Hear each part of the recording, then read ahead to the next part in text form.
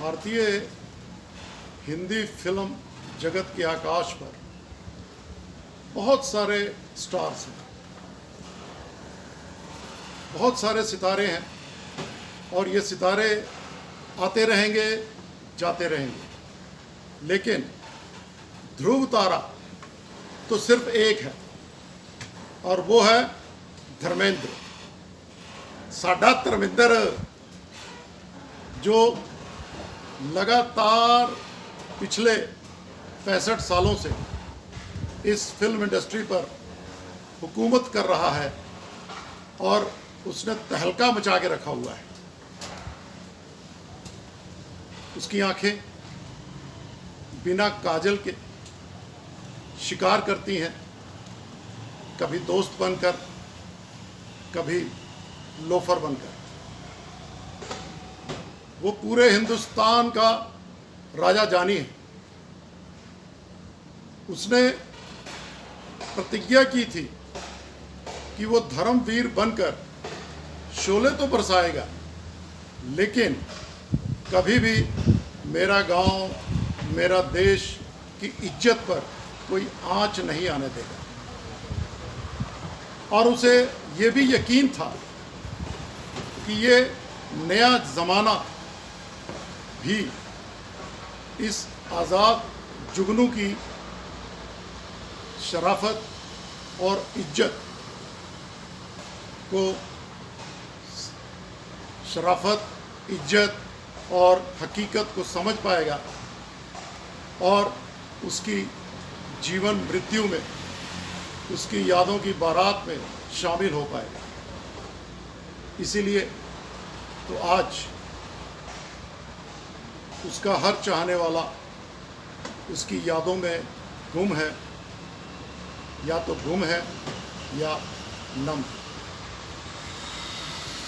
जब भी कभी धर्मेंद्र का जिक्र आता है तो मुझे दो शेर बहुत याद आते हैं।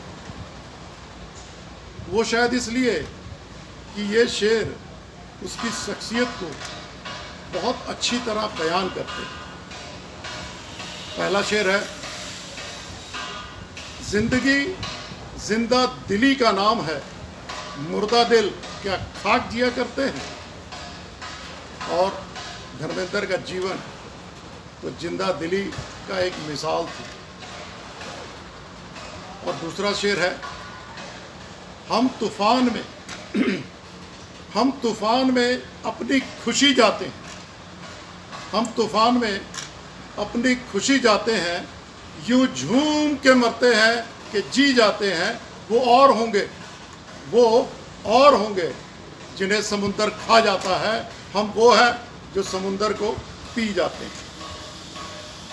धर्मेंद्र इस फिल्म जगत को, जगत के समुंदर को पूरी तरह पी गए। उनके पीने पिलाने के किस्से तो वैसे भी बहुत मशहूर हैं, लेकिन वो सिर्फ शराब नहीं पिया करते थे, वो तो लोगों के दिलों से मोहब्बत निचोड़ कर उसे भी पी जाया करते थे। इसीलिए तो जिसका भी उनसे तारुफ हुआ, जो भी उनके करीब आया, वो उनका दीवाना हो गया और हमेशा उनका रकीब बना रहा। तमाम उम्र फिल्म जगत के कीचड़ में धर्मेंद्र एक कमल की तरह महकते रहे। उस फिल्म जगत में जहां लोगों के एक चेहरे पर ना जाने कितने चेहरे होते हैं और लोग अक्सर सोचते कुछ हैं, बोलते कुछ हैं और करते कुछ हैं, इस दुनिया में भी धर्मेंद्र एक ऐसे कलाकार थे जो हमेशा बाहर से भी वही रहे जो वो अंदर थे। कोई लाग लपेट नहीं, कोई मैनिपुलेशन नहीं, बिल्कुल सीधे साधे जैसे ताजी हवा का झोंका। अब आइए धर्मेंद्र के फिल्मी सफ़र के बारे में कुछ थोड़ा सा जान लेते हैं। 50 का जो दशक था वो करीब करीब ख़त्म होने वाला था, और ज़रा याद कीजिए उस समय कैसे कैसे दिग्गज कलाकार मैदान में थे। दिलीप कुमार, राज कपूर, देवानंद, राजेंद्र कुमार, शम्मी कपूर, राजकुमार, गुरुदत्त, अशोक कुमार, और ये सब के सब कलाकार अपने आप में एक इंस्टीट्यूशन के बराबर थे। और ऐसे कलाकारों के बीच किसी नए कलाकार के लिए अपनी जगह बनाना अगर असंभव नहीं था तो बहुत बहुत मुश्किल था। अगर आप उस समय देखें तो पंजाबी कलाकारों की भरमार थी। ये कपूर, चोपड़ा, आनंद, खन्ना, ये सारे पंजाबी भरे पड़े थे। लेकिन अगर आप देखेंगे तो ये सारे पंजाबी, इनका ताल्लुक उतरते पंजाब से था, यानी ये वो उस पंजाब से थे जो कि अब पाकिस्तान में है। और इन्हीं सब के बीच में उसी वक्त एक नौजवान, और वो भी शादीशुदा, फिल्मी दुनिया में आता है। और वो आता है चढ़ते पंजाब से, यानी उस पंजाब से जो आज भी भारत में है, जिसका बचपन और जिसकी जवानी सानेवाल और फगवाड़ा जैसे छोटी जगहों पर गुजरी थी। और वो एक जाट परिवार से थे। एक्टिंग की कोई ट्रेनिंग नहीं ली थी, एक्टिंग का कोई बैकग्राउंड भी नहीं था, कभी शायद एक्टिंग की ही नहीं थी। सिर्फ एक जुनून लेकर आया था हीरो बनने का। और ये जुनून उसके अंदर तब पैदा हुआ था जब उसने अपनी ज़िंदगी की पहली फिल्म देखी थी, शहीद, जिसमें दिलीप कुमार थे।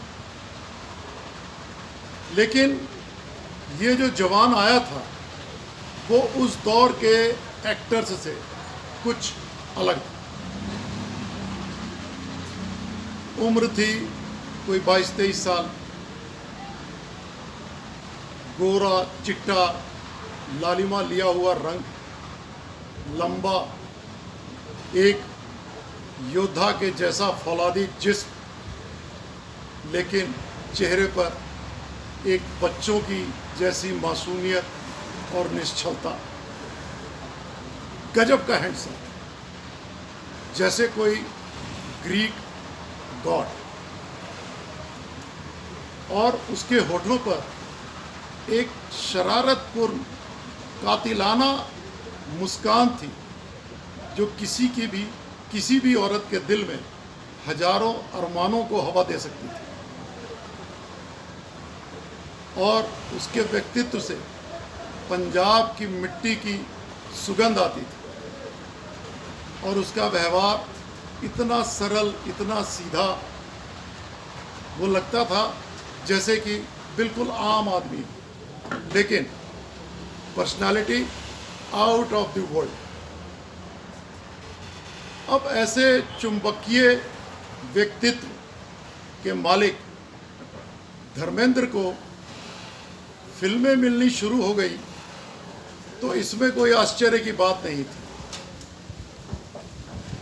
1960 में उनकी पहली फिल्म दिल भी तेरा हम भी तेरे रिलीज होती है। ये फिल्म कुछ कमाल तो नहीं कर पाती, लेकिन शुरुआत तो कर ही देती है। और इसके बाद 1965 तक कम से कम इनकी 6-7 फिल्में ऐसी आती हैं जो ठीक ठाक अच्छा खासा बिजनेस करती हैं। लेकिन अभी भी वो बात नहीं बनी थी जिसे कहा जाए कि ये धर्मेंद्र का जलवा। अब 1966 में एक फिल्म आती है फूल और पत्थर, जिसमें पहली बार एक भारतीय अभिनेता अपनी शर्ट उतारता है और सिनेमा हॉल्स में आग लग जाती है। उसे ही मैन का खिताब मिलता है और ये फूल और पत्थर एक ब्लॉकबस्टर साबित होती है और धर्मेंद्र अचानक एक चोटी के शीर्ष के टॉप लीग में आ जाते हैं एक स्टार एक्टर के तौर पर। और इसके बाद जो सिलसिला शुरू होता है तो वो 1966 से लेकर 1982 तक रुकने का नाम नहीं लेता। वो लगातार हिट्स पे हिट्स देते रहते हैं और अगर आप उनकी सारी चर्चित हिट्स फिल्में देखेंगे तो वो सारी इसी दौर की फिल्में हैं। इस दरमियान बीच में राजेश खन्ना और अमिताभ बच्चन के स्टारडम की आंधियां भी आती हैं, लेकिन धर्मेंद्र का कुछ नहीं बिगाड़ पाती। धर्मेंद्र के पांव बिल्कुल जमे रहते हैं। लेकिन 1982 के बाद बहुत सारी ऐसी फिल्में आती हैं जो बिल्कुल इररिलेवेंट हैं, जिनका कोई मतलब नहीं है, और सच कहा जाए तो बिल्कुल बी ग्रेड की फिल्में थी और वो धर्मेंद्र के स्टेचर की फिल्में नहीं थी और मेरे ख्याल से उनको ये फिल्में करनी भी नहीं चाहिए थी। लेकिन एनी हाउ वो फिल्में आती हैं और उनमें से ज़्यादातर फिल्में फ्लॉप होती हैं। और 1992 में एज ए लीड एक्टर उनकी लास्ट हिट फिल्म आती है तहलका। उसके बाद भी फिल्मों में काम करते रहते हैं। उसके बाद वो करैक्टर रोल्स भी करते हैं। करैक्टर रोल्स की कई फिल्मों में उन्हें कामयाबी मिलती है, लेकिन वो अब दूसरी तरफ भी बिजी हो जाते हैं। अब वो प्रोड्यूसर भी बन गए थे। उन्होंने अपने दोनों बेटों सनी और बॉबी को लॉन्च किया, बहुत ही सक्सेसफुल फिल्में बनाई। उसके बाद भी उनके लिए फिल्में बनाते रहे। अभय देओल अपने भतीजे को भी लॉन्च किया और इसके बाद कई शोज हर जगह वो नज़र आते रहे, यानी लाइमलाइट से वो कभी भी बाहर नहीं गए। 2004 से लेकर 2011 तक वाजपेयी सरकार में वो मेंबर ऑफ पार्लियामेंट भी रहे बीकानेर से, यानी कि उन्होंने अपने आप को हमेशा बिजी रखा। अब भी शायद एक उनकी ऐसी एक फिल्म है जो बनकर तैयार है जिसमें उन्होंने एक्टिंग की है और वो बाद में उनके जाने के बाद रिलीज हो। तो अगर देखा जाए तो उनका फिल्मी सफ़र बहुत ही अजीमुशान था, 300 फिल्मों का। और इन 300 फिल्मों में 6 फिल्में तो ब्लॉकबस्टर थी, 7 फिल्में सुपर डुपर हिट थी और कम से कम 38 फिल्में ऐसी थी जो बहुत ज़्यादा हिट्स थी। और इसके अलावा 60-70 ऐसी फिल्में हैं जो एवरेज रही, यानी फ़ायदे का सौदा रही। तो बहुत ही कमाल का उनका सफ़र रहा। और अगर हम उनकी एक्टिंग की बात करें तो वो कोई महान मेथड एक्टर नहीं थे। वो एक नेचुरल, गिफ्टेड और बहुत ही टैलेंटेड एक्टर थे और किसी भी रोल को बहुत ही सहजता से निभा दिया करते। अगर आप मुझसे पूछें तो मैं उनकी 6 फिल्में आपको रिकमेंड करूंगा। अगर आपने नहीं देखी हैं तो आपको ज़रूर देखनी चाहिए। और वो फिल्में हैं शोले, धर्मवीर, प्रतिज्ञा, फूल और पत्थर, सत्यकाम और चुपके चुपके। अगर आप ये फिल्में देख लेंगे तो आपको ये पता लग जाएगा कि उनकी स्टार पावर क्या थी, वो कितने बड़े एंटरटेनर थे और कितने वर्सेटाइल थे, कैसे हर रोल में अपने आप को ढाल लिया करते। और अगर सच कहा जाए तो धर्मेंद्र जैसी शख्सियतें कभी मरा नहीं करती। वो करोड़ों चाहने वालों के दिलों में हमेशा जिंदा रहती है। और हम आज ईश्वर से ये कामना करेंगे कि उनकी आत्मा को अपने निज धाम में प्रतिष्ठित करे। Thank you very much for watching the video.